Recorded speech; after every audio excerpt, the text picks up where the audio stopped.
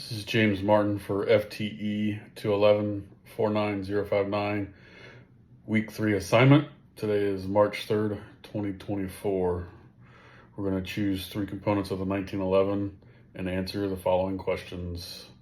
What are the critical dimensions associated with these components? What potential malfunctions may occur if damage or improper modifications were made to the components? Explain the specifics behind these malfunctions. What damage is likely, if any, of these components and why? What training should a gunsmith undergo to avoid causing damage to these components? What additional components interact with the components you selected, and what are their critical dimensions? I put all the components in a random generator and it spit out 3 of them, so we'll go over those here. All right, here we go.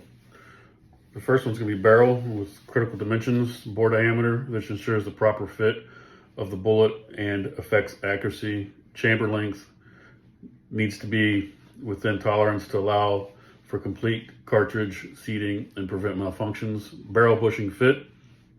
The bushing centers the barrel in the slide and affects accuracy and wear. Malfunctions, failure to feed. Improper chamber length and damage to the feed ramp on the barrel can prevent smooth cartridge advancement from the magazine to the chamber. Reduced accuracy, worn rifling or a loose barrel bushing can cause the bullet to wobble as it travels down the barrel, impacting accuracy. Case rupture, a damaged chamber with excess headspace can cause the case to expand too much during firing, potentially leading to rupture. Damage, erosion or bulging at the chamber end due to high pressure rounds or improper cleaning. Warping from overheating or dropping the firearm. Bent or damaged feed ramp from improper handling or feeding malfunctions. As far as gunsmithing training, understanding of proper chamber dimensions and headspace measurements, knowledge of heat treatment process for barrels to avoid warping, inspection techniques to identify potential cracks, erosion, or feed ramp damage. The interacting components is slide. The barrel must fit precisely within the slide rails for proper alignment and smooth operation. The recoil spring helps return the slide and barrel to battery after firing. The extractor claws grabs the spent cartridge case rim and pulls it out of the chamber during ejection. Number 2, sear and hammer. Critical dimensions, engagement surfaces. The sear and hammer have notches and hooks that need to precisely interlock for safe operation and proper trigger release. Sear spring tension. This spring holds the sear in position and needs to be strong enough to prevent accidental sear release. Malfunctions. Accidental discharge, improper sear engagement, or a weak sear spring can allow the sear to release the hammer unintentionally, causing a misfire. Failure to fire. Worn or damaged engagement surfaces can prevent the hammer from fully striking the firing pin. Damage. Wear on the engagement surface over time, especially with heavy use. Cracks or fractures due to improper fitting or use of low quality materials. As far as gunsmithing training, knowledge of sear and hammer engagement mechanics and proper fitting techniques. Understanding of spring tension specifications and how to measure and adjust them. Metalworking skills to ensure proper sear and hammer fitting without introducing damage. The interacting components are going to be trigger. The trigger physically interacts with the sear and release the hammer. Firing pin.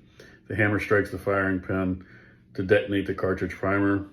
Mainspring housing. This holds the mainspring, which powers the hammer movements. And lastly is going to be our magazine. Critical dimensions. The feed lips. These guide the cartridge into the feeding ramp and need to be the correct size and angle for smooth feeding. Cartridge capacity. The magazine should hold the specified number of cartridges without causing feeding issues due to excessive pressure. Spring tension.